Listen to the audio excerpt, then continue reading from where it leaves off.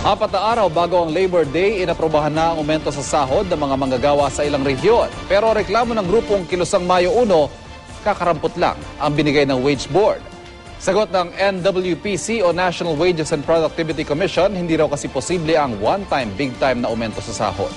Live mula sa Quezon City, may report si Dano Tingkungko. Dano. Ivan, inaprubahan na nga ang aumento sa sahod ng mga minimum wage earners sa 4 na rehiyon, hindi pa dyan kabilang ang Metro Manila.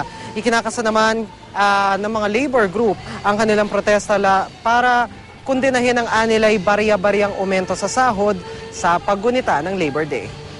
Aktualisasyon ang ginigiyahan ng gobyerno Aquino. Isinabay ng grupong Kilusang Mayo 1 sa isinasagawang konsultasyon ng NCR Wage Board ngayong araw ang kanilang protesta. Sa harap mismo ng gwardyadong opisina ng National Wages and Productivity Commission o NWPC, 2 ang hiniling ng mga ralista. Una, buwagin ang anilay inutil na regional wage boards. Pangalawa, gobyerno na mismo ang kusang magbigay ng mas malaking aumento sa sahod, ang 125 peso across the board wage increase. At para di makalimutan, nagkabit sila ng mga sticker sa dingding ng tanggapan. Hindi naman ito yung makakaresolba doon sa binabanggit na family living wage. Pero kung may isa batas yung 125, malaking kaalwanan ito sa mga manggagawa. Sagot ng NWPC ang pag-aproba sa aumento sa sahod ng 4 na rehiyon. 50 pesos na dagdag sa COLA at 10 pesos na dagdag sahod sa Region 2. Sa Region 5, 3 to 23 pesos ang dagdag sa sweldo. Sa Region 12, epektibo bukas, 6 to 10 pesos na aumento sa kasalukuyang 15 pesos na COLA. Sa May 1 naman, epektibo ang 5 pesos na dagdag sa COLA ng Region 11. Ang Region 6 may naprubahan na rin daw na aumento sa sahod pero binubuo pa ang mga paraan sa pagpapatupad nito. Sa Region 4, inaasahang malalathala sa Lunes ang desisyon. Ang National Capital Region o NCR nasa konsultasyon pa ng NCR Wage Board bago simulan ang public hearing. Pero hindi matanggap ng grupo ng manggagawa ang aumento. Hindi na papayag ang mga manggagawang ito na mumo o yung bare-barya yung ibibigay nilang sahod. Sabi ng NWPC, base lang daw ito sa pag-aaral nila kasama ng NEDA. Bagamat hindi malalaki ang aumento, nakikita natin na predictable, regular, isinasaalang-alang yung pangangailangan ng mga manggagawa at yung kakayahan ng mga negosyante para magbigay ng aumento. Gustuhin man daw nila magbigay ng one-time, big-time na aumento, hindi raw ito posible. Kaya naman ang iba't ibang labor groups naghahanda na ng malawakang kilos protesta para sa Labor Day sa May 1. Umaga pa lang daw magmamarsya na ang iba't ibang grupo mula sa iba't ibang lokasyon bago tuluyang magmarcha patungo sa paanan ng Mendiola kung saan magpoprograma para ipadinig sa palasyo ang karaingan ng mga obrero.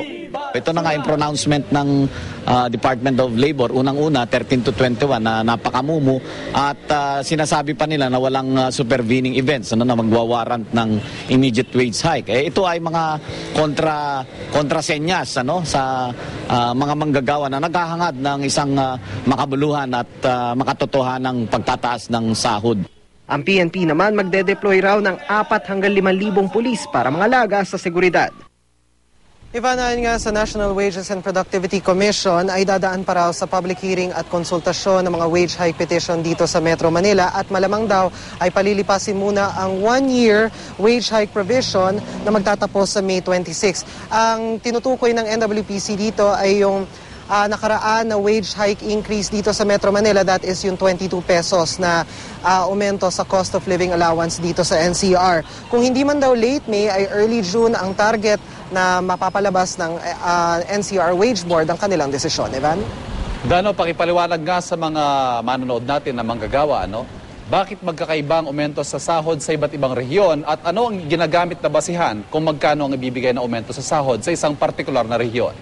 Ivan, paliwanag sa atin ng NWPC, ang pagkakaiba ng sahod sa iba't ibang rehiyon ay nakadepende sa una, pinaka-importante ay yung standard of living o yung cost of living sa lugar na yon na may kinalaman indirectly sa development ng lugar, urbanization, industrialization ng lugar, maging sa specific products na specialization ng lugar na yon at maging yung presyo ng mga pangunahing bilihin doon na magdedetermine, ilan yan sa mga factors na magdedetermine kung magkano ba dapat ang minimum wage ng isang manggagawa doon para mabuhay siya ng desente, Evan?